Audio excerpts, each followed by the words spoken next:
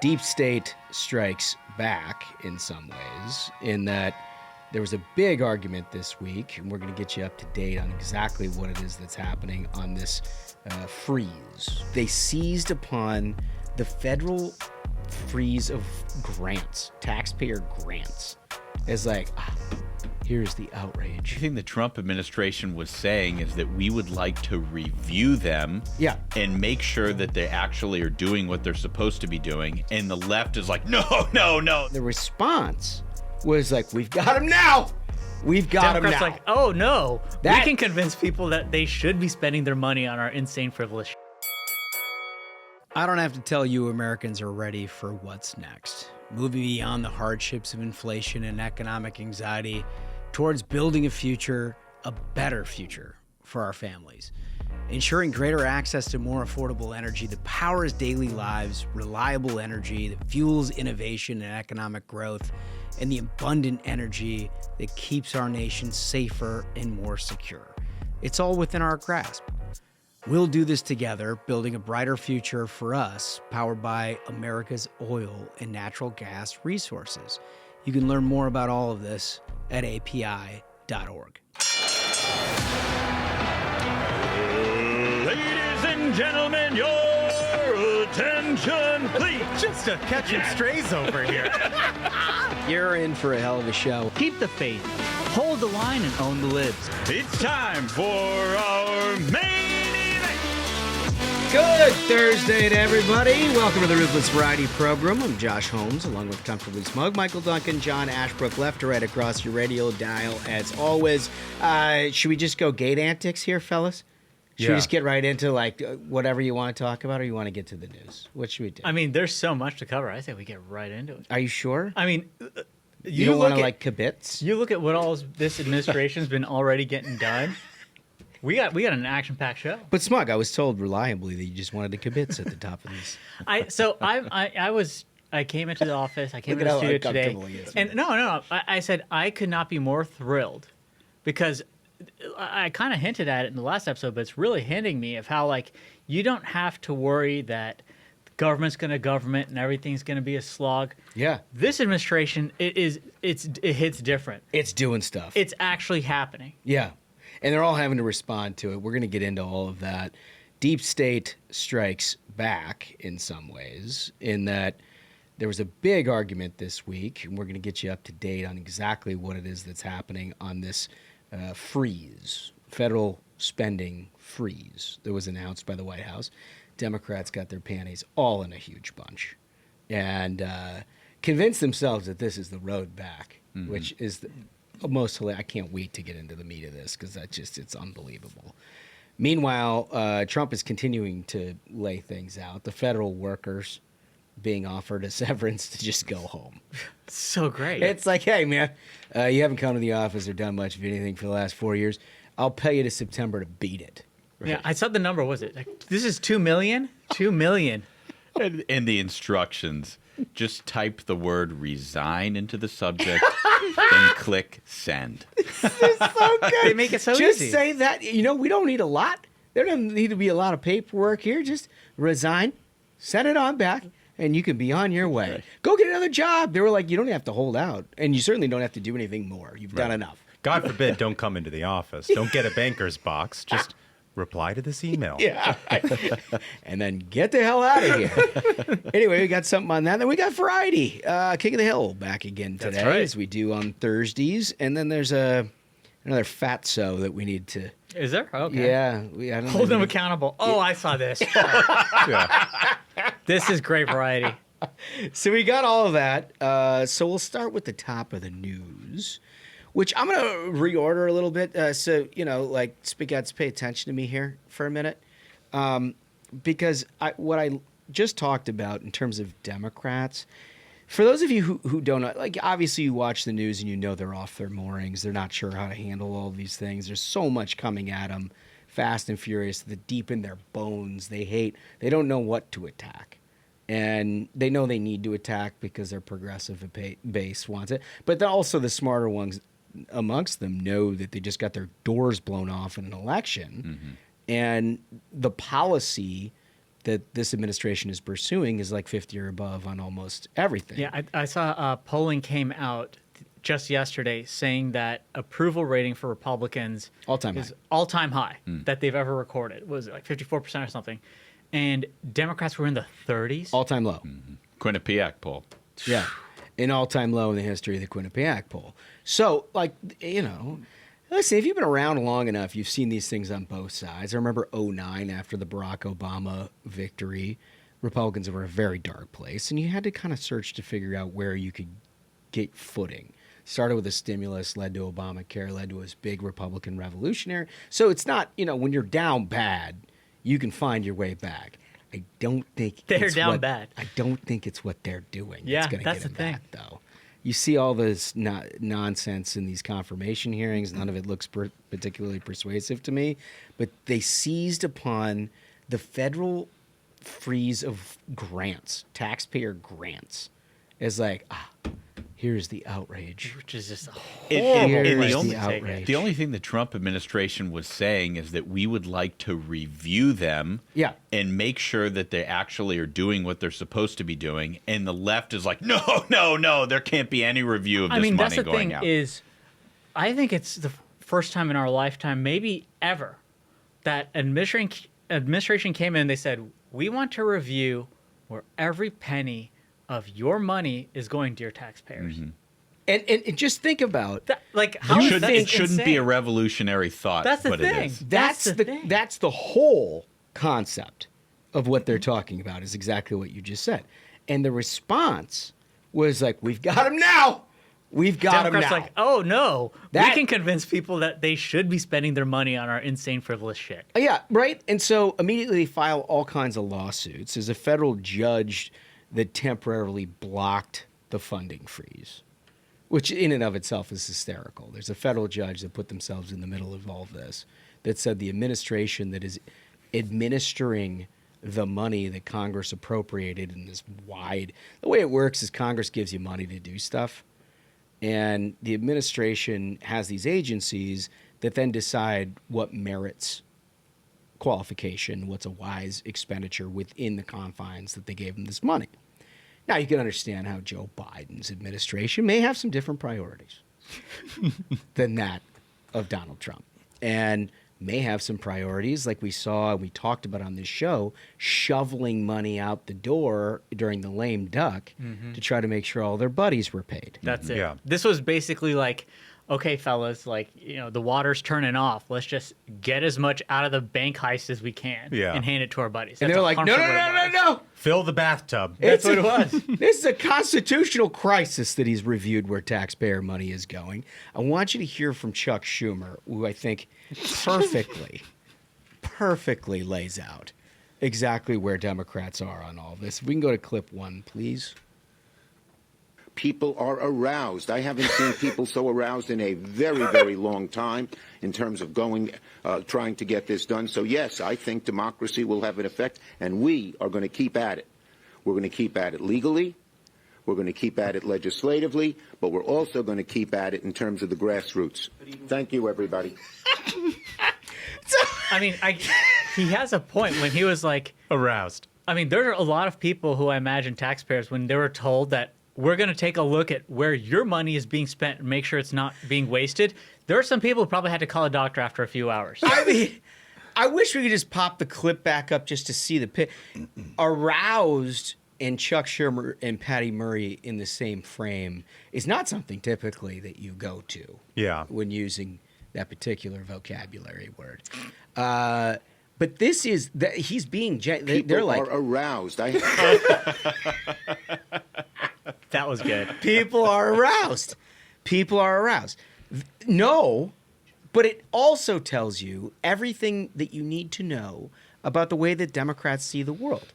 Now, if you live in Washington, D.C., or if you're anywhere around the Beltway, chances are you encounter people who make a living on federal grants in one form or fashion. And when you do, they get pretty outraged if you shut those things off. The worst people. Right? The worst You get pretty outraged. And I'm not saying everybody's bad. Hell, we probably have a lot of listeners that are in this category. And there are plenty of things. I got friends There are plenty of things where they have a partnership with the federal government where they do things, and these are people with integrity and whatever. And when you're dealing with the federal government, it's big and it's whatever.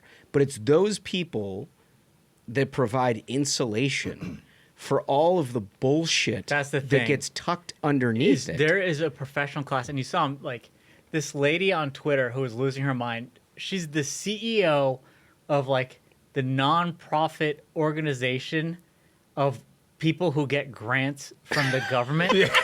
Crying, and she was going crazy about this. And her replies were awesome because essentially people are like, wait a minute, this is our money. Why do you think you're guaranteed to get this? And clearly, these people, some of these organizations getting grants have enough money to pay you as a CEO of an organization to advocate for them getting even more money. Like, what? You know, it's not exactly a reliable narrator, I guess. It'd be like, you know, Congress passes a tax cut, and you're like, all right, let's see what the IRS press release says. You know? That's 100%. You know?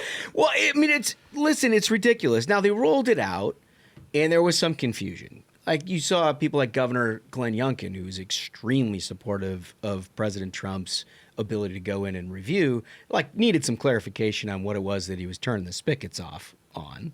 And so they provided that all through the day on Tuesday and Wednesday about what things were coming down. And you saw Stephen Miller go out to say this doesn't affect Medicaid. It doesn't affect Meals on Wheels and all the, like, individual programs that the federal government has a partnership with that are their direct beneficiaries. He said basically what they are is a response to the executive orders. Mm-hmm. And if you find yourself within the confines of these executive, like a DEI program, for example, you're going to shut that off. And Alex Pfeiffer was also out there because he's, I guess, the White House has a great rapid response operation. Yeah. Right. Like within seconds, Alex Pfeiffer and the rapid response operation were putting out information that, like, these necessary programs are unaffected, folks, because the Democrats instantly seized on trying to be like, Trump's trying to starve senior citizens. Well, they straight up told people. Exactly. And nothing shows you the power of these left-wing, multi-billion-dollar NGOs quite like how quickly they snapped the mainstream media to their talking points and forced the White House to basically debunk all of the lies that they were telling. It's just like you said, Josh. These programs that people want to ask questions about, elected a new leader to ask questions about, millions, hundreds of millions of dollars going to open our borders to bring in all of these migrants. Right. People are like, well, wait a minute, why are we spending all that money?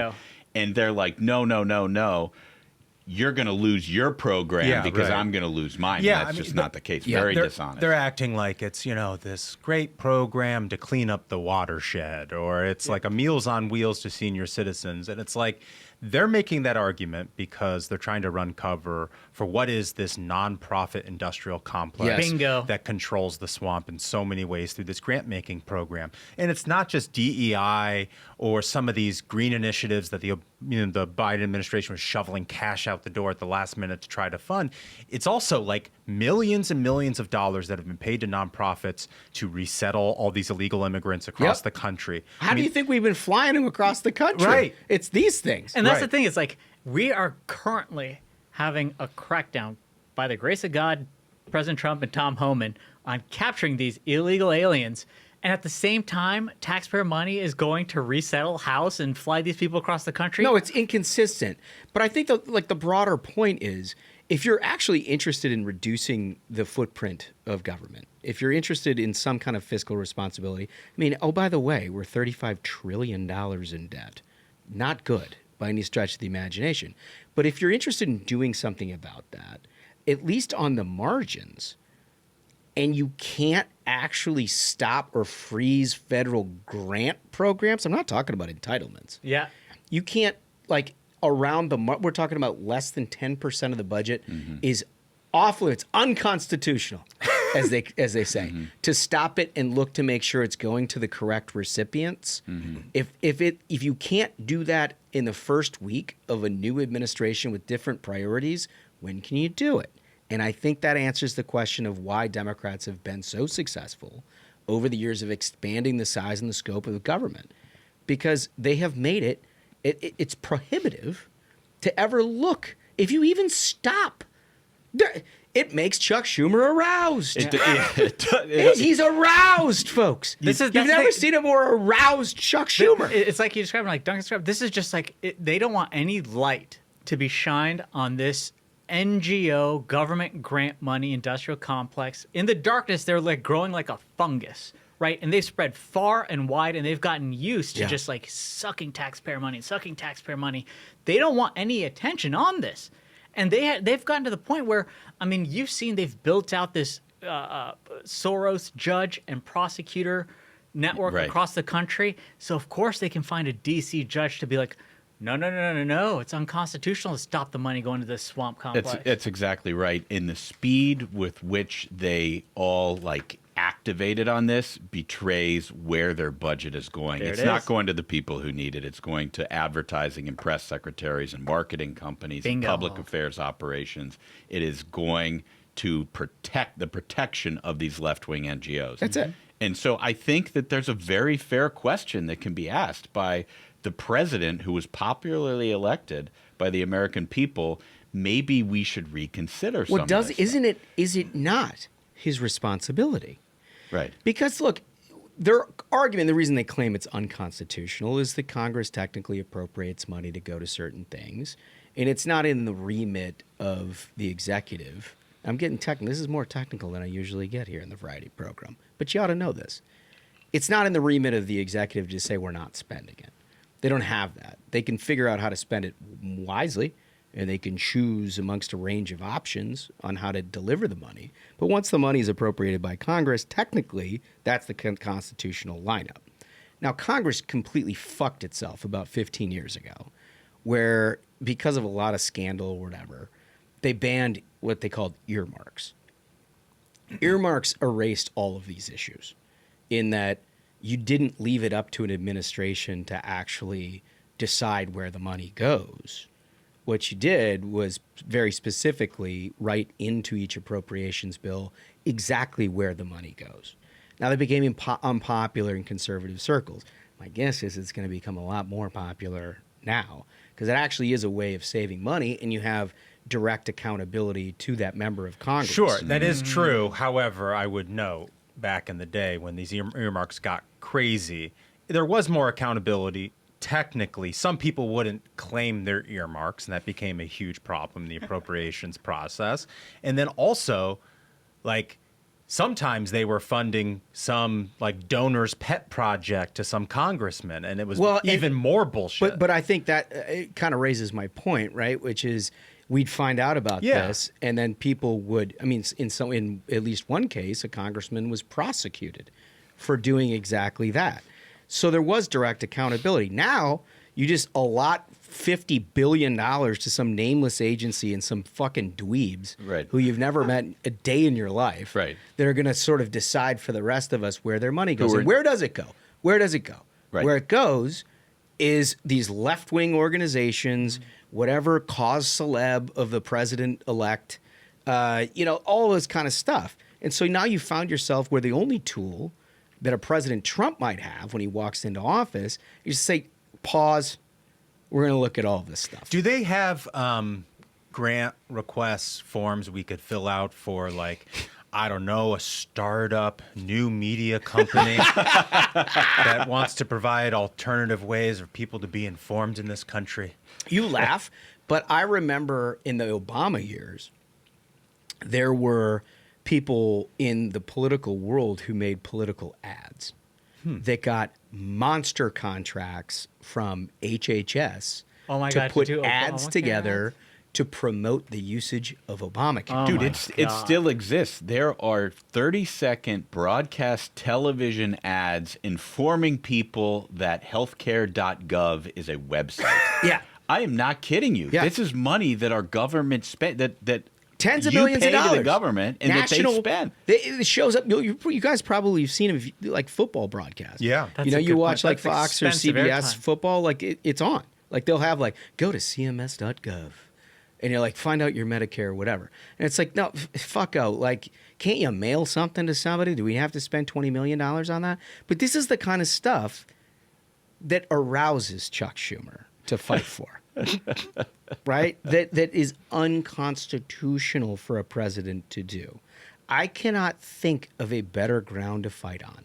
It's one of Trump's superpowers, right? He does something like I bet 80% of people agree with freezing funding to see where it goes, and like ultimately draws out Democrats in a pure panic, and they're absolutely convinced it's their way back to the White House in 4 years that they fight over this ground. To your point, if it wasn't for Trump, you listening to this show would never know that your tax dollars, which were collected last April 15th, were spent to the tune of $50 million buying condoms for people in Gaza.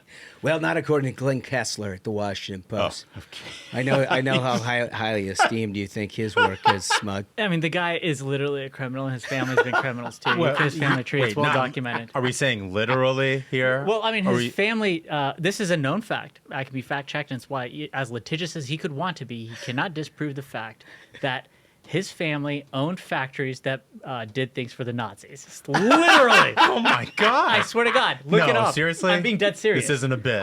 This is not a bit. But how does that make him a criminal? It's in his blood. Okay. Okay. We're laughing. We're joking. It's a parody. But the point remains, a lot of money is wasted out there, and if you don't have Donald Trump in the office, take what you know. I mean, they spent billions of dollars building a pier that was never meant to be borne out into the ocean that promptly collapsed in Gaza, drowning all kinds of shit with it. Billions of dollars worth of aid. Like, you know that. Do you think maybe if you knew something about that, we don't know what the next one is, but I bet the Trump administration does now. Do you think it's worth putting pause on it? Yeah. Exactly. You work your ass off 52 weeks a year. Every time you get a paycheck, you see money come out of it to the federal government. Goes from you to the federal government to a bullshit pier in Gaza. But you know what I mean? That arouses Chuck Schumer. It really arouses. And you look at Patty's eye, it looked like she had a little arousal there, too. I mean, the timing could not be better because, I mean, I know a lot of folks, I got the email from my accountant being like, the IRS is now accepting filing. It's like, now you want to tell taxpayers that, no, we want to take your money and spend it however we want. And they're like, no, don't stop it. Don't you dare stop it. So anyway, what happens is the Trump administration has to go put out several clarifications about what exactly they're targeting. The way that AP writes this up is that they've rescinded the order. They've rescinded the order, which, got my attention because I was like, no way. I can't believe they actually backed down on this. Well, again, it turns out the Associated Press, not correct. Carolyn Levitt, who did a great job this week, by the way. She really did. Off to an awesome start. Great job. Yesterday, she puts out, this is not a rescission of the federal funding freeze. It is simply a rescission of the OMB memo. And it was a memo that went out initially saying like full freeze. Why? To end any confusion created by the court's injunction. So they're working through the court injunction on this. The president's EO on federal funding remains in full force and effect and will be rigorously implemented. Hell yeah. So there you go. They're not backing down, and they're going to make a court talk about it. But more importantly, what they're doing is making Democrats talk about it. These are the fights worth having. This is. And this is the thing that Trump gets instinctively. It's like, it may be uncomfortable to get into some of these fights to begin with, but once you're on the playing field and you look at it, you got Chuck Schumer sitting there aroused by the idea that someone could ever take away billions of dollars of boondoggles that we have absolutely no idea where they go. People are aroused. We got to get that in the board. We got to bring the old board back. Lee Wolf has a solution Wolf's for that. working on the board. Yeah. He's working for the board. Yeah. When you guys get the board, if you're a new listener, you don't know how good you're about to have it. For your old schoolers, the board was like, that was the thing with the program. Yeah, I mean, we're basically like, we're like David Guetta with that thing, Racist. Just doing remixes all day. I mean, can you imagine Ashbrook has that thing, Chuck Schumer, people are aroused, Kamala, do not come, President Trump. I'm going to come. Boom, boom, boom. No, and he played it like a fiddle. It was fantastic. So anyway, that's what we've got going on the federal funding freeze. We're going to monitor this closely because it's a fight worth having. and one that is very important when it comes up in the context of tax reform and everything else that the president is going to be trying to do here over the next few months. But coming up, mainstream media is also doing their part to sabotage Trump. No surprise. No surprise. We'll tell you about their latest fake outrage, which is truly remarkable, right after this. So we just got some big news from Americans for Prosperity, the most effective grassroots organization in the country. They've just launched a massive $20 million campaign to protect your hard-earned money. Here's the deal. If Congress doesn't act, the Trump tax cuts will expire. That means families could pay $1,500 more in taxes next year. We all remember the benefits of those tax cuts: more money in your pocket, higher wages, and thriving mom and pop businesses across the country. But Bidenomics has taken us backward. Record inflation and rising costs mean families are paying over $13,000 more per year just to make ends meet. Now is not the time for higher taxes. That's why AFP is unleashing its grassroots army to protect the tax cuts with hundreds of local events, millions of voter contacts, and direct pressure on lawmakers. Join the fight. Visit protectprosperity.com to demand Congress renews and strengthens the Trump tax cuts so we can reignite the American dream. That's protectprosperity.com. Okay, so, there was a period of time where you felt like there was at least a segment of the media that was like, oh boy, we really are going to have to eat crow on some of this stuff. Like maybe we should rethink the way we present information now, knowing the majority of Americans think we're fucking dog shit. Yeah. And then it was like, no, we're back to business as usual. My favorite thing that came out this week, and it was an attempt, I think, to try to like undermine Carolyn Levitt. Yeah. There are different ways of what they're doing. One is just to be an asshole and they just do whatever. But somebody like Carolyn Levitt, who is incredibly talented, new to the scene, there are people within the media complex that look at her and they're like, as quickly as we can undermine her credibility, the better it is for all of us. Yeah. Right? Like make her the... what they made of Spicer in the first 2 months. The White House press corps can be the absolute worst. It's like animals at a zoo testing the electric fencing. Yeah. They're like looking for weaknesses from her. And I mean, it was a really good performance up there at the podium. She did a great job. But this is hilarious. Coming out of Axios, all undocumented immigrants are criminals, Trump administration says. Just insane. Right. And if you watch the press conference, which we did, she confirmed that immigrant groups, they fear being treated as criminals. And she noted the obvious, which is it's against the law to come into our country illegally. Breaking news. It would not be illegal if it wasn't in the statute. Right. And so they go through this whole thing and they're like, well, they're clearly trying to insinuate that by what she means by criminals is that like every single person who's ever come into this country is like a rapist and a drug distributor and whatever, which is clearly not what she said. What she said was, yeah, if your action to get into this country is illegal, then you are in fact a criminal. Like, guess what? Illegal immigrants have broken the law. Right. That's what the word illegal means. Yeah. So because it all formulated itself in a question, was asked by a reporter, how many of the 3,500 immigrants arrested since Trump took office have criminal records? Levitt said, all of them, because they illegally broke our nation's laws. And this is the thing. Correct. It's exactly a correct statement. Media and left-wing groups have done this like business of trying to make everything confusing and create these like gray areas, because they purposely changed the words used to describe them from illegals and illegal immigrants, which were like we said that for decades. They tried to say undocumented, to try to create this fake gray area because they didn't want people to connect instantly. Illegal means illegal. Yeah, it's like undocumented, like they arrived, through a portal somewhere and they forgot their wallet, Yeah. Like, it's just, they've used... It's just a clumsy misunderstanding. I goofed, I forgot it. I was documented, and I'm not. I left it in the cab in Kabul. I know where I got it. You know? But I mean, they've done that with language for forever. The left they're masters of this, and the media just of course uses. Well, because they're the gatekeepers of conversation. At least they have been until the podcast revolution. Yeah, and you know, in New York, they decide. There is an NGO that has a left-wing tilt that's funded by your tax dollars to change the way people are defined in one way or another, and that is carried by all the broadcast networks that are licensed. Responsible ostensibly to you, the taxpayer who holds the license. And that's the thing is for legal U.S. citizens, think about this. If you tried on April 15th saying, well, I'm an undocumented taxpayer. I just didn't fill out the paperwork and send the money. I forgot my wallet. wallet. It, you know, it's just undocumented. I guarantee Dems will go after you for that. They don't believe in undocumented for the U.S. citizens in that case.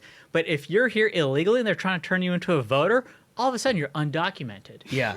Well, if you can actually pay the tax, if you can't pay the taxes, you're somebody to be protected. If you can pay, then you're a criminal. It's unbelievable. Yeah. No, it's listen, this whole thing, their voice of God, this is the reality check. I'm not kidding you. This is what they said. This is Axios' thing. Reality check. There's no law making it a crime to live in the U.S. as an undocumented immigrant. What? Instead, the law treats it as a civil violation. The law treats it as it's against the law. It's against the law. The law it's a civil violation. It's like, I mean, what? I can't believe these that people. That is the libs doing the disinformation. Well, deadbeat dadding your kid is also a civil liability, by the way. I mean, I don't know if people, like, if you want to get into the specifics. That might explain a lot of these general problems. Yeah. You know what I mean? Like, there's a lot of, it's law. They made a law. They broke the law. Also, the crossing. Listen, I'm not a lawyer, but I'm pretty sure, like, how you get here is also, there's legal implications in that, too. They're talking about the just semantics. Living splitting here, hairs. You know? But, I mean, either way, it's against the law. But this is what they've hung their hat. Well, she's a liar. She's a liar because she says they're criminals. I mean, garbage. what a nonsense. Nobody's listening to this shit. Nope. No. That's why podcasts are ascendant. I was gratified, and I know you guys were too. I think most of us got a chance to watch it. The first signing ceremony that President Trump yesterday participated in, which was the signing of the Lake and Riley Act. Yep. This is a topic that we've covered a great deal here on the Variety program. Obviously has a lot to do with illegal immigration and the failure to prosecute and detain illegal immigrants in this country. Soros prosecutors, state of New York, all kinds of things led to the death of this incredibly beautiful young woman, a tragedy unlike, you know, you just never want to hear about, but it happens in more communities than you'd like to think, and it happens with great frequency. Well, they've done something about it. Katie Britt, senator from Alabama, authored a bill where they just teed this whole thing up and got it rolling to a point where it's through committee and now onto the president's desk. And also credit to second week, front of the program, Rep. Mike Collins, Mike Collins was the other there author. going hard in the paint for it. And Collins, being from Georgia, obviously had a huge investment for it and pushed this all the way through. I'm sorry I failed to mention Mike because he had a ton to do with this. But the ceremony itself, gosh, I didn't realize how much I missed that. Mm-hmm. Like something right and just. That's right. Happening with the President of the United States, standing behind it formally in the White House, with people able to testify about the importance that this means to them in honoring Laken and what she meant to their family. Like, powerful stuff, don't you think, fellas? It's a tribute because, like you said, it's a horrible tragedy and one that you've seen so many times across many communities in this country. And Americans got so fed up with it, they did something about it. They elected President Trump. And it's absolutely tragic that Laken lost her life needlessly.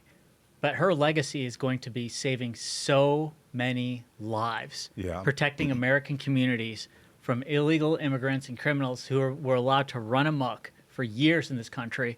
President Trump, Lake and Riley Act are putting that to an end. Yeah. And there's a lot in here, obviously, that empowers ICE to detain illegal immigrants. Yeah, because this is somebody who was arrested. Yeah. Arrested. Yeah. As an illegal immigrant for a crime, not being an illegal immigrant, just arrested for a crime here, and was not detained. But the other component to this, and we've talked about it previously on the show, and this is my favorite part of this new law, is it gives people the ability, these states, to sue DHS for crimes like this that happen.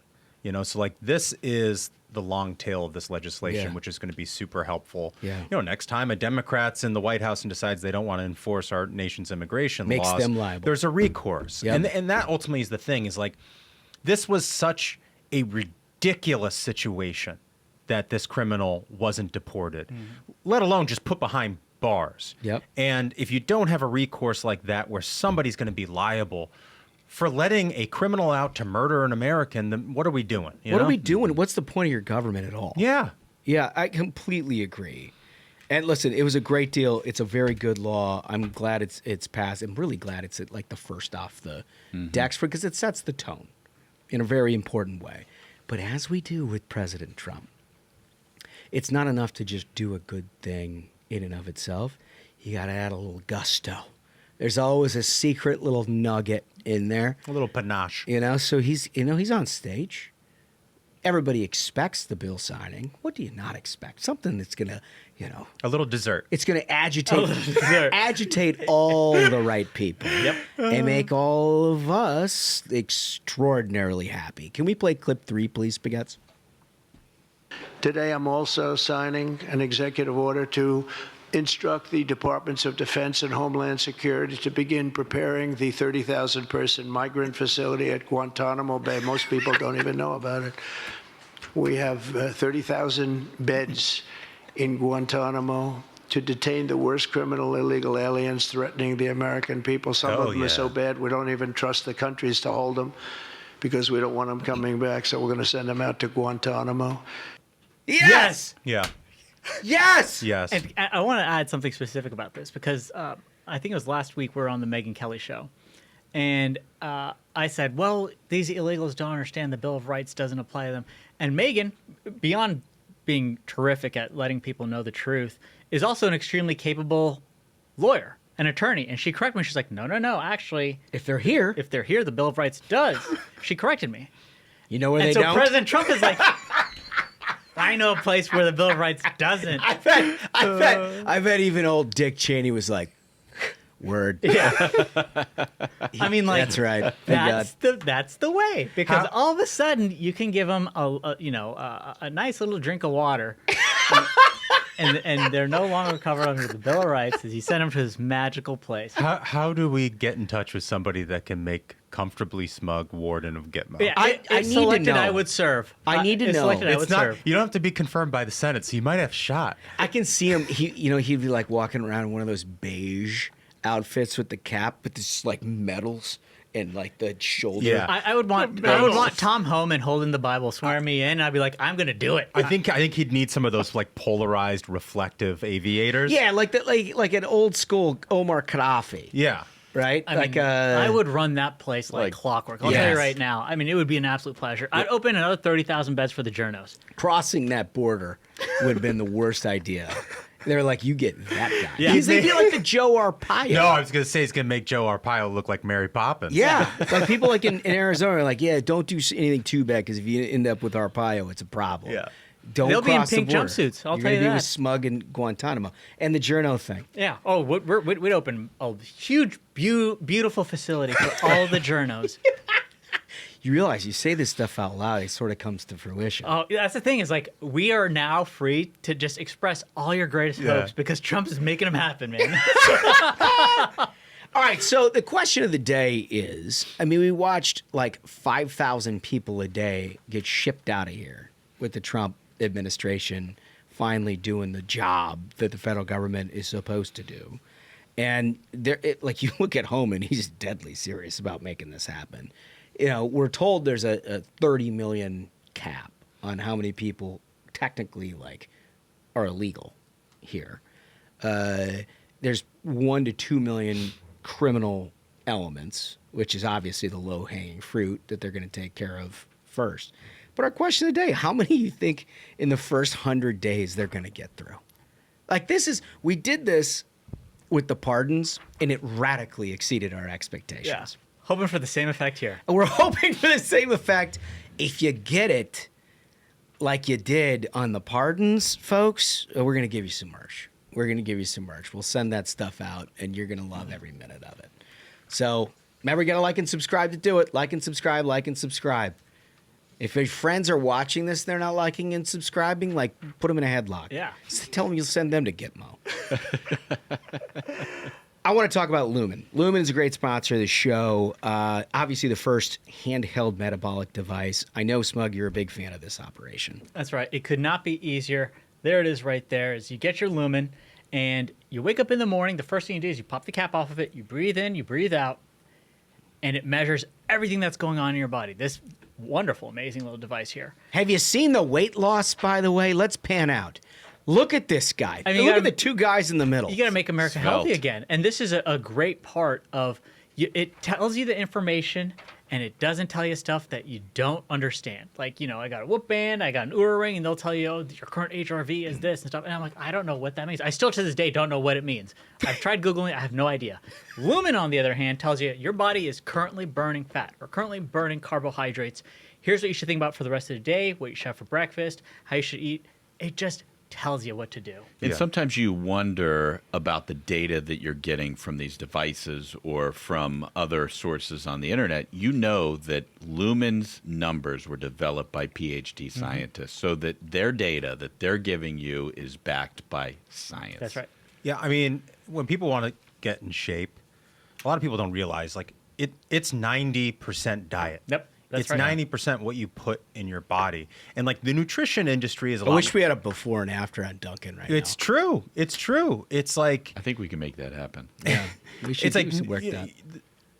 I say that to say, like, the nutrition industry is a lot like politics. Everybody's trying to sell you on some sort of shortcut, and there's some special thing you could do that's going to solve all of your problems. And that's not reality. It's a math problem to be solved. Right? And that's why a metabolic device like Lumen is so important, because so many people don't understand what calories are, what you should be eating. And that's what it is. It's like how much you consume and how much you burn every single day determines how much you weigh and how healthy you are. And so like a device like this is a cheat sheet to do that. Well, look, your metabolism is your body's engine. And just like your car, if the check oil light comes on, you need some oil. Right. Gas light comes on, you need some gas. If the tube comes loose, you need to reconnect it. This thing is doing that for your body, telling you what your intake is, what you should do it. And anyway, to take the next steps in improving your health, you got to go to lumen.me/ruthless and get 15% off your Lumen. That's lumen.me/ruthless for 15% off your purchase. Thank you so much for Lumen sponsoring this episode. All right. We mentioned the federal workers. This is so good. So, look, everybody just obviously knows that there's this vast bureaucracy in the United States federal government. It exists. And they have public employee unions and all kinds of things. They make it impossible to fire anyone. They call them career staffers, right? And the left makes this argument. They're like, well, the federal government would never work with a changing political thing unless you have these people who are just dedicated to doing their jobs, which may be true of a handful of people. You want the people to still send checks out for Social Security. Like those people, yep, I understand. I get it. But there's hundreds of thousands, if not millions of people who don't have a critical role, but they sit there. And then since COVID, they haven't come back to work. They all work remote. And so the accountability, not really there. And you just don't know what's happening. So Trump, seeing all of this and knowing, because he had his first 4 years, the difficulty it was in getting rid of the federal bureaucracy. Mm-hmm. And it's not just the deep state that we're talking about. We're just talking about a bloated mess. Yep. These people aren't trying to sabotage. They couldn't think their way out of a wet paper bag. But those folks aren't going anywhere because the paycheck keeps showing up, and all they have to do is jump on a 5-minute Zoom at 9 a.m., give a thumbs up, and out they go. Yep. So what he has done is truly innovative here. He offered in a memo that was sent out Tuesday afternoon to pay federal workers who don't want to return to the office by September 30, their full wages, through the rest of the year. He'll pay them from tomorrow through the rest of the year. They don't have to work, but they can't come back. Yeah. And that's the end of it, right? If you want to reduce the federal workforce, what a great incentive. And here's the thing is, I know for the vast majority of our listeners, you hear something like that and you're like, this is free money because you just go get another job and you're still getting checks. But you're used to getting a job. That's the thing. People in the private sector are like, oh, get a job, right? That's what you got to do. For so many of these government workers, they're like, I don't want a job. That's why I work for the government. Yeah, like Cheryl in printing is like, well, I walk in and I push power on the printer. And then I take my full federal bennies and then the retirement program and the pension and all of those things. And like next thing you know, she's living up on a lake with a Valhalla boat with a quad engine on the back of it. And like all she's ever done is show up and make a few copies. And can I tell you another controversy that I see the media is trying to gin up about this is talking about the OPM, the Office of Personnel Management.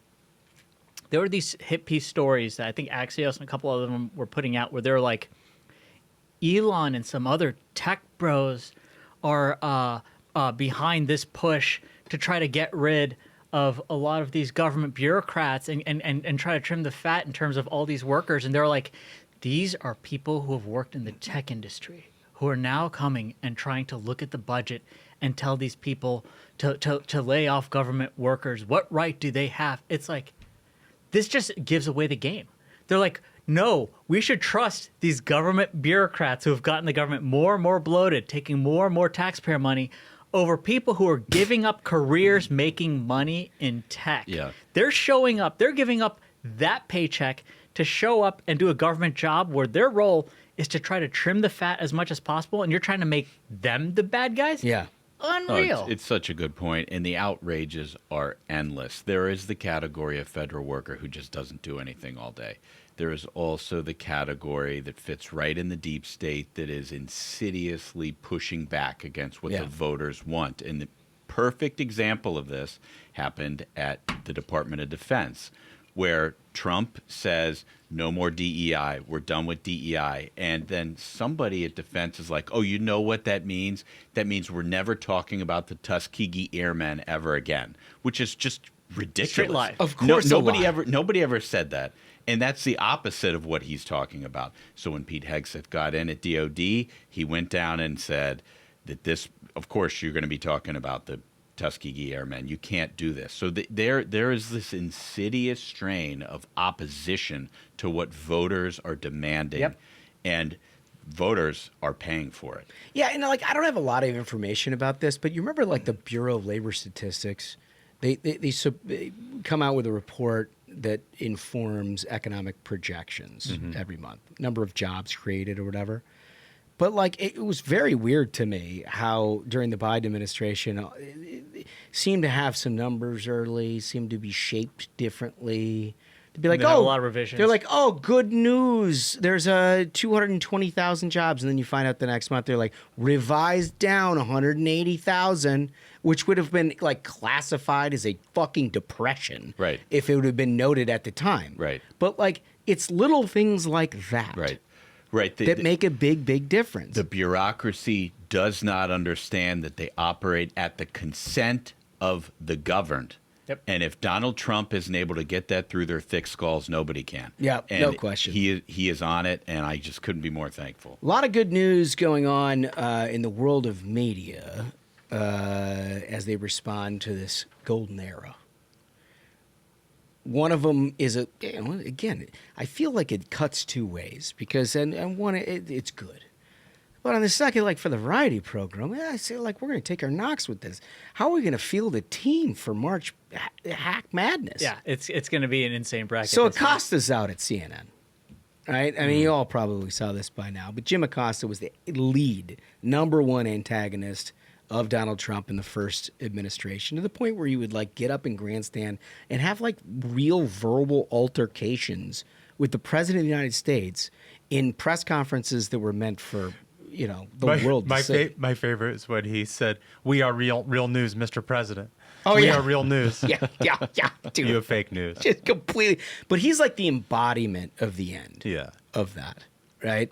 It used to be that you could make a name for yourself by sort of grandstanding and being just this disgusting human being. Like David Gregory did this at one point during the end of the Bush administration, got himself a Meet the Press slot, right? And so journalists have always thought that, like, this is the thing. I need to go be the biggest asshole in the White House press briefing room, and I will do it. So this is what it cost. It was following. It was like a 2000s model. Mm-hmm. And Trump, it just completely eviscerated all of this to the point where now he's leaving CNN. And he has this like bizarre epitaph to this whole thing. And then, but he's like, in the upcoming days, the fight continues. And I will tell you where you can find me. Announcement shortly. I will not quit. Announcement shortly. And then like that night, like not even 3 hours later, he's like, I'm on Substack. Yep. Like, dude, congratulations on all your success. He had to build the drama for the Substack reveal. It's like, oh, so you went to the place that's publicly available for any asshole in the world to put their writings on? I'm on LiveJournal. Oh, that's... Check me out on MySpace. Terrific work. And I have nothing against Substack. Substack's a great platform. It provides a great platform for people who have audiences. Yeah. Who can get subscribers to those audiences. It's an innovative product. I don't think Jim's one of them. Well, CNN doesn't think so either, obviously. I mean, they tried to put him in the graveyard slot at midnight. I just think it literally is akin to being like, I've opened up an X account. See me here on my X account. You know, it's like, yeah, well, that's available to anybody, right? Oh, man. Like, yeah. He's like, but I was on CNN once. I had an exchange with the President of the United States. Get out of here. Get out of here. This one caught your eye. Yes. And I think you had almost like an emotional reaction to it. There was an important executive order yesterday. So the other night, President Trump signed an executive order restricting, quote, chemical and surgical sex change procedures for minors. And I was telling the guys before we recorded, like, I didn't anticipate, like, as soon as I saw that, and I'm watching this on TV, the coverage, I didn't know it would have such an impact on me because I told the guys I was very disturbed the other week seeing video on X of there was nonverbal special needs child in a wheelchair that had just had nonverbal. We're talking that the child can't communicate. That had just had a double mastectomy performed on it, right? And I saw the video of that, and it's hard for me to think of times where I'd been so enraged and disgusted and horrified that someone had done this to a child, and this had been happening nationwide on a massive scale during the Biden administration. And to see President Trump right off the bat put an end to this horrific, barbaric, nightmarish practice, it just, you know, whenever a new administration comes, a new Republican administration, you know, you're like, okay, but always temper expectations and your hopes because the way government works is eventually, you know, there's a swamp morass and things grind to a halt and, you know, you just hope for more good than bad. But like this really just, it opened up the aperture that it is okay to just be fully optimistic and have hope because one of the first things he did is to take the segment of our society that is, you know, the most at risk because these are kids, you know, and it's our job to protect these people. And right off the bat, President Trump follows through on a promise to protect these people. It was just, I could not be more thrilled and happy to see. Totally. Yeah. Listen, totally agree. I don't know if it's more newsworthy that he did it or that you have feelings. Yeah, right? I was like, I thought I was the most cynical person ever. But it's to your point, Smug. It's like, you know, you work in politics long enough and you want every Republican administration to do great things, but very rarely, so quickly does something happen that you know is going to have a direct impact on the people who need it the most in our society, which is children. And the rest of the world recognizes that this is a barbaric practice, and like the UK has banned it. And, you know, I don't know if you guys noticed this, but over the last 6 months or so, like the media has started to push back on some of this and revealing in these investigations how some of these, you know, studies were actually showing that they made the, you know, the mental health of people worse after they had the procedure and all of these sorts of things. There was a medical study released showing that this actually letting these procedures happen actually has an adverse effect on the mental health of the people who have this performed on it. And the doctor behind this study said, do not publish this publicly.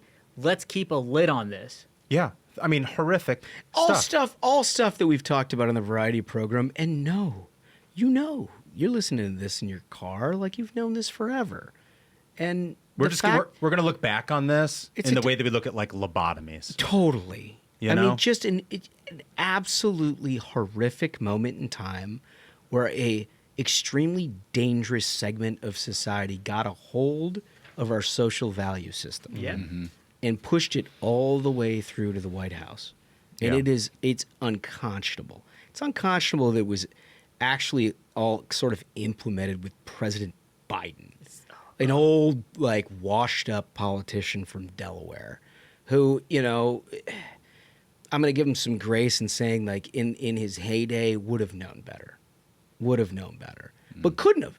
But because they just it was all a puppeteer. I mean, it's why they wanted him to run for re-election. Yep, they wanted to have just this empty husk of a dude that let the lunatics run this. That's it. Yeah, that's it. It's sad.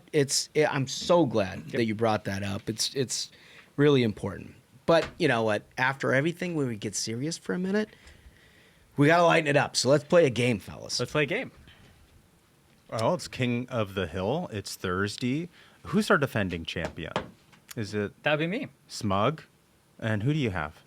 I have Ryan Kinzinger. Oh, yeah. Kinzinger. Oh, my gosh. I forgot that. I'm judge, and Ashbrook is bailiff, and our challenger, Josh. Who do you have? Well, it's the first time since the election that she has been played.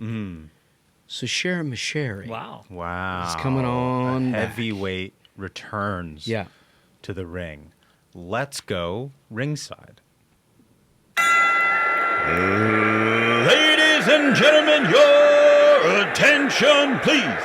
It's time for King of the Hill. In the blue corner, fighting from her apartment somewhere out there.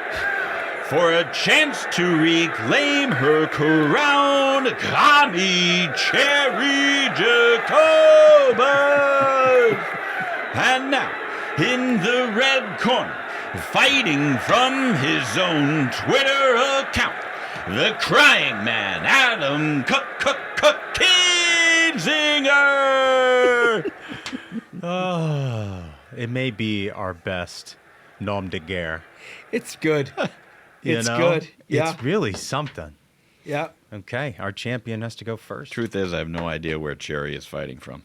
Yeah. I'm going to go Blue Sky. Straight to some fire. Could I get exhibit number 12, please?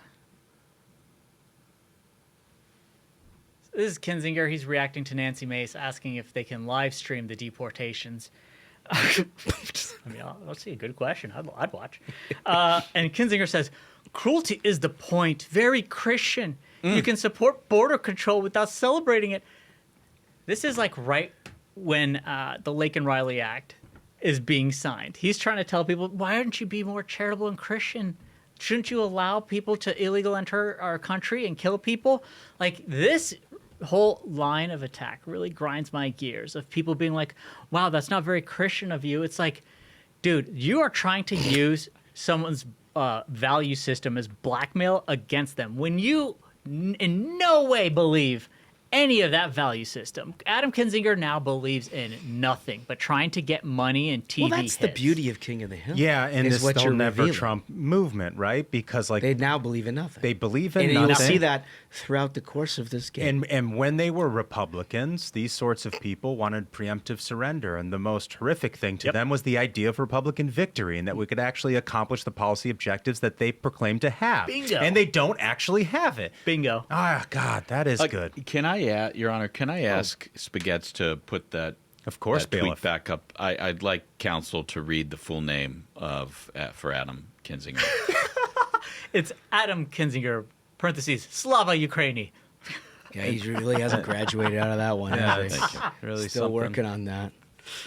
Okay. Okay, well, As this court knows, I've got a lot of respect for the original, the OG, judge and jury. Butter in my biscuits. The way we played it for 2 long years with this judge and jury, and I had a good feel for what made his gears grind. For that, I will give you Exhibit 1. Sherry Jacobus, apropos of absolutely nothing. People will die, including maggots, and that's her. This is a euphemism that is unique in some ways to her. It's caught on a little bit on the left. It's MAGA, and then she adds the TS. So it's maggots, basically. That's what she's trying to say. Fox and other media won't report it. What she's talking about is unclear. We won't get accurate information from the government. This was always the Trump-Putin plan. Wow. Wow. Still on the hobby horse. Oh, shit, it didn't work for 8 years. Let's keep on driving that shit. It's the Trump-Putin plan, guys. It's like an ink blot tweet. You know, there's Trump, Putin is in there. Maggots is in there. Fox is in there. It's like a whole Mad Libs thing. But also no clarity about what she's talking. People will die, and they won't report it. Like, what it is that she's talking. There's no quote tweet, by the way. That's what you're looking at. I have to imagine it's something about the deportations. Like, I have to think, in the context of the news cycle, that has to be the thing. But isn't it better that it's apropos of nothing? Well, I think even better that it's apropos of nothing is that she starts it with her concern for the human condition, people will die, and then proceeds immediately afterwards calling her opponents maggots. And for that reason, that dichotomy, it speaks to me as judge and jury, and you win round 1. It's only because I would have perhaps played something differently. I just know that one in particular is just stuck in the craw for 8 long years. In the words of Chuck Schumer, you know what gets me aroused? Never seen so many people aroused. Okay, so round 2. Yeah, I have to start with this one. I think I've got a healthy amount of choices, so it's difficult with Sherry, as you all have played her before. Like, you look around, it's like any one of these is fucking gold. But let's do this because I like it. And we didn't talk about it enough. Exhibit 2, please. Spaghetti. The people insisting Elon didn't give a Nazi salute twice are almost as disgusting as Elon for giving the Nazi salute twice. Nice. I love it for so many reasons. First of all, like, we didn't cover it on the program because we thought it was too dumb. Yep. But the idea that there was actually a segment of this, like, never Trump Republican universe that for like 3 long days after the inauguration tried to proclaim that Elon Musk, literally one of the happiest people to be an American that we know, is somehow a secret Nazi who's just like operating from within because he had a hand gesture that sort of resembled in form, and like they paused. When he literally says, "I give you all my heart," and then goes like, "Give you all my heart," reaching out to the audience, and they're like, "No, it's a Nazi salute," and like completely. What was most absurd about that whole thing was the fact that they carried it a day. Like, that immediately they got enough interaction where they're like, "Yeah, let's do it again." Yeah. And she was like, "Nah, fuck it. Let's run up the flagpole for week 2. Oh, man. Okay. I'm ready for this one. So can I get exhibit number 8? This is gold. So there's this loser, Tristan Snell, on X. I love that intro. So this is during the whole Colombia situation. And Tristan Snell's like, guess what, guys? Essentially his tweet saying, Colombia said no deportations on military cargo planes. Trump got owned, where, I mean, they didn't wait 5 minutes for the reversal of that. Adam Kinzinger jumped on it and he was like, honest to God, guys, Trump is so weak. He really just lost and declared victory. MAGA is jazzed and the rest of the world is laughing. Well, they didn't wait about 30 seconds until Colombia, their president, surrenders, and he's like, I'll even send my plane for the deportations. Please don't hit us with these tariffs. But the really beautiful part of this, can I get Exhibit 8 back? Not only did he say, yeah, Trump's so weak, he turns off replies. So I saw this. Big tough guy. I saw this tweet, and you're really You're playing my music, Smug, as judge and jury. You know, a misuse of the internet is attractive to me. I might even be aroused. He might be aroused. As they say. And I do appreciate this sort of tweet because, and we talked about this previously on the show, this is the new tactic for all of these former Republican, never Trump people, is this sort of mocking tone where they're like, actually, this guy who, won all the swing states and, won the popular vote and took a bullet to the ear, he's actually the weak guy. We owned you. And for that reason, Smug, you win round 2. All right, tie game. Tie game. It goes back to the defending champion for round 3. Let's try to put this to bed with Exhibit 11, please. So this is Adam Kinzinger. He's reacting. Jennifer Griffin from Fox saying that Trump reinstates 8,000 service members with back pay who were forced out of the military for refusing COVID vaccine. And Adam Kinzinger's response to this is, so the, quote, no government handouts party is going to give, in some cases, up to $300K, one big check to people who didn't do anything cool. It's really pretty good. Wait, so what was the tweet again that he was quoting? It was the reinstating of the people who refused the COVID vaccine. Yeah, it's to reinstate military service members. Military service members. Isn't he a veteran? Yeah, yeah.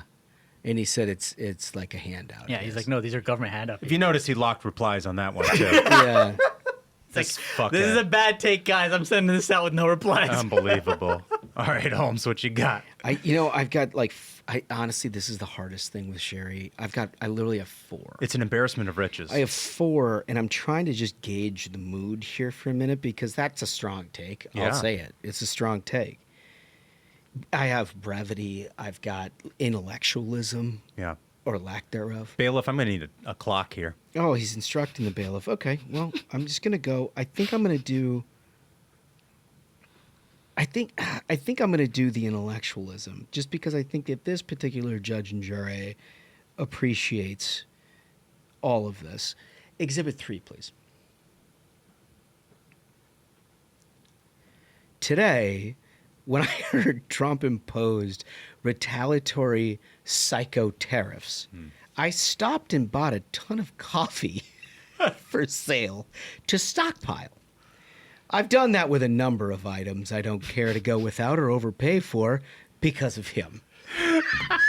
Retweeting Bill Crystal. What is she? Yeah, retweeting a Bill Crystal thing. It's basically about coffee, and the reason I chose this one is because all of this was over in a matter of 6 hours. Right. 6 hours. Colombia said they weren't going to take our illegal immigrants. We said, okay, we'll tariff your shit. And they were like, fine, we'll send our planes. Like, that's literally the whole thing.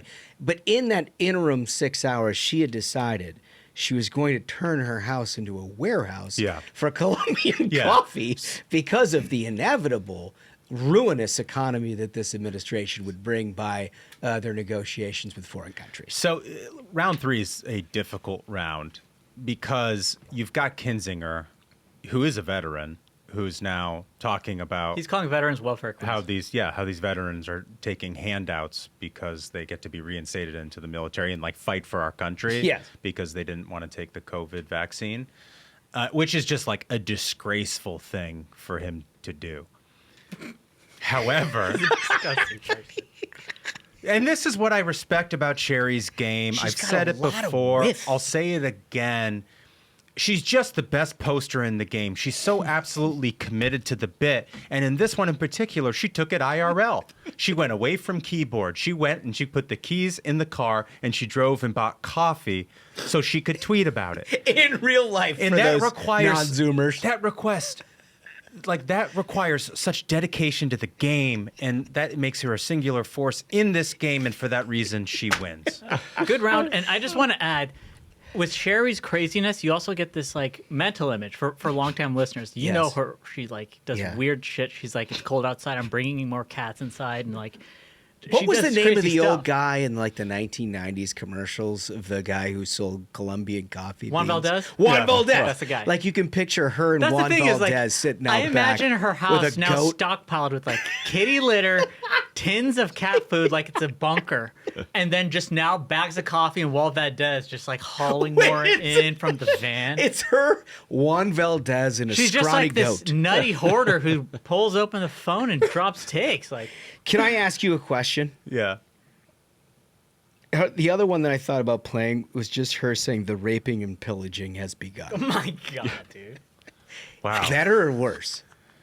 I think you played the best one. I think I did too. I think you Just really like- did. but it's My God. But it's hardcore, right? It's hardcore, and that's incredible. But like, just the pageantry of that other tweet is Yeah, just. I think it was a good pick. Good, yeah, strong I pick. had to think through it because like it's hard to ignore raping and pillaging. Yeah. We got one more bit of variety for you guys, and you're gonna love every minute of it. You know, we got onto the fats last week. Yeah. In I mean, a big way. this is a unique This case. is next In a level. big way, he says. Yeah. So, according to the New York Post, I don't want to get this wrong, a plus-sized rapper.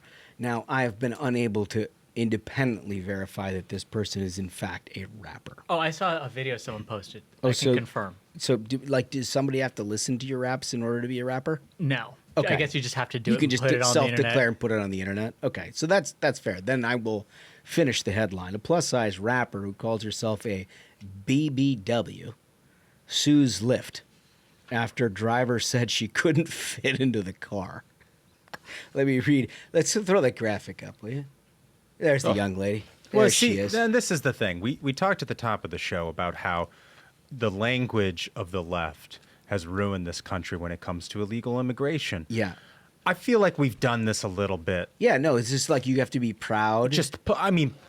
Plus size rapper. We need another word because this is not 550 pounds. This is not being need another word. overweight. Like, well, they do have. There's a phrase for it. Morbidly obese. It's called morbidly obese. Right. Yeah, that's what that is. We just need well, to- she's 550, evidently. And anyway, she a big BBW stands for big beautiful woman. And that's apparently, that's shorthand now. But she's suing Lyft after one of the company's drivers allegedly told her she was too large to ride in his car. Dank DeMoss, who previously disclosed that she was nearly 489 pounds and that she's also disclosed that she was well over 500, claims the rejection unfolded earlier this month in Detroit when the Lyft driver rolled up in a Mercedes-Benz sedan, immediately locked his doors. She said, "I can fit into this car." So I reviewed video because she's like live streaming. She was filming video of this while she was like, "This guy's saying I won't fit in his car." She set it scrolls up. over to the back seat and you could see her reflection. And I'm being honest, she would not fit in that. Like the guy could fold the seats forward and she still wouldn't. Hold on, can I get to the please do, dialogue of it? Because the dialogue, I think, tells a story. She says, "I can fit in this car." He shoots back, "Believe me, you can't." The driver shot back, adding later there was no room in the back and his tires wouldn't be able to handle the weight. So I mean, tires. And from the video, the guy was being like out of his way, extremely polite. He was like, "I am so sorry, my car can't fit." In like his car, I mean, you can't defy the laws of physics. Well, he was just being wouldn't fit. incredibly apologetic, according to the. And you said you've viewed the tape. You Yeah, could I mean, the probably guy was like, corroborate "I that. am so sorry." She like moves her camera over to the back seat. And she's like, "I can fit in this car," and like, I don't know if she. The door absolutely would not fit her. Well, he suggested that she order an XL. Yeah. she knows that. She knows that. Like, this is the thing. This woman is an influencer trying to get attention on the internet. In basketball, we would call this, taking the charge. Yep. Yeah. She's doing this on purpose. And I think she's aware that she's the size of a refrigerator, and that she's going to ruin this guy's back end suspension. She's bigger than a fridge, dude. I mean, she's topped it out at 5'4", and she posted it herself. a half ton. And here's the thing: is like, folks brought up this point, and it makes a lot of sense. Is that like the left has done a lot of work in trying to like when they say this is plus size discrimination stuff, is they're trying to remove responsibility from the individual and put it on everyone else. Yeah. Everyone else. This is the fault of the driver, of Lyft, and I'm going to sue everyone else because I'm not taking responsibility and I'm not taking control where I can over me. Everyone else should have to take responsibility for the choices that I have made. And so that's why this really grinds my gears. It's like this turns into a lawsuit now? I just want to see this guy's face because I'm glad you reviewed the tape. I'd like to review it as well. She goes under the Instagram handle of Paid Fat Queen. Yeah. PHAT. Little play on words. Interesting deal there. Anyway, she slapped Lyft with a lawsuit this week. You know, I mean, it's very important that she collapsed a fucking Mercedes-Benz. I mean, Jesus. Anyway, she's later updated her fans that she only weighs a mere 489. Okay. So bringing it down. Bringing it down. It's important. Little ways to go, but, you know. Listen, RFK, if you're listening, do you want to play this? Should we play that one clip from RFK? Was this the Bernie clip? We should play one clip. We're not going to get into the confirmation stuff because there's going to be a lot that's happening over the next couple of days, and we don't want to end run all of that. We'll see how it all plays out. But Bernie Sanders, this is great. And our girl Megan, unintentionally Megan, have a moment here during the RFK confirmation hearing. Can we please play clip 4? Are you supportive of these onesies? I'm supportive of vaccines. Are you supportive of this clothing, which is militantly anti-vaccine? I am supportive of vaccines. I will. I want good science, and I want to protect. But you will not tell. Do you support these onesies? And like Megan's losing it in the back, which, by the way, I think is a great strategy for all confirmation hearings. Like, get a relatively well-adjusted, like, sort of funny, somebody you can relate to sit behind and actually do, like, the extemporaneous reaction to some of these dumbass questions. Like, do you support these onesies? And, like, of course you gotta laugh your ass off. So when she's laughing, it's, like, relatable. Yep. Because he can't laugh. I just can't believe, I don't know who staffs Bernie Sanders. God love you. But, like, you couldn't find something more ridiculous, less ridiculous to make the same point. Like, you did the onesies. There's Do you support these onesies? Are you supportive of these onesies? The onesies. It's just so crazy. Are you supportive of these onesies? That's your United States Senate, ladies and gentlemen. To be a little more serious, there's something to be said about how Bernie Sanders, like 10 years ago, was the vanguard of this kind of like populist working class movement when he primaries Hillary Clinton. And a lot of Americans are like, I get it, because that guy's talking about how like Hillary and her rich friends and these people, the establishment, are against us. And now he gave up that entire movement of populism and working class people to Donald Trump, who has captured the working class vote and has become the voice of the working class in this country. And now he's the old guy complaining about, do you support this onesie? Like, because he's the establishment. That's the thing. And that's why he doesn't say, I'm going to hold millionaires accountable anymore, because he is one. Because he is. Now he's like, I'm going to hold billionaires accountable. Yeah. Because he's got stuff and he wants to protect it. Bingo. You know? I mean, it's so sad. Yep. What's become of old Byrne? These onesies! Are you supportive? You son of a bitch with the onesies! You're really, really good at that, Holmes. It's uncanny. That is talent. I just can't. It's just so funny to good. me. How you can get all worked up about that. Anyway, go visit some merch. We got some good stuff. I've been begging. I'm begging on my knees. These hats, they were the OG hat. Can we get them back out there? I mean, this is listen, Duncan takes a rash because he hand sews them, but he doesn't order the material. Drew does. The people demand it. We're not De Beers. We can't create scarcity in the market. We need to supply the market with the hats that people want. Yeah, there's no red rope around here. Yeah. Anybody who wants one, you can get one. Yeah. You're a voice of the people, gosh darn it. That's Yeah. right. Anyway, thanks for listening to the Ruthless Variety Program. I think we did it. I think so. Absolute banger of an episode, gentlemen. Thank you so much to our listeners. And remember, if you have not yet, like and subscribe on YouTube. It's more fun in video. So until next time, minions, keep the faith, hold the line, and own the libs. We'll see you on Tuesday. Stay ruthless.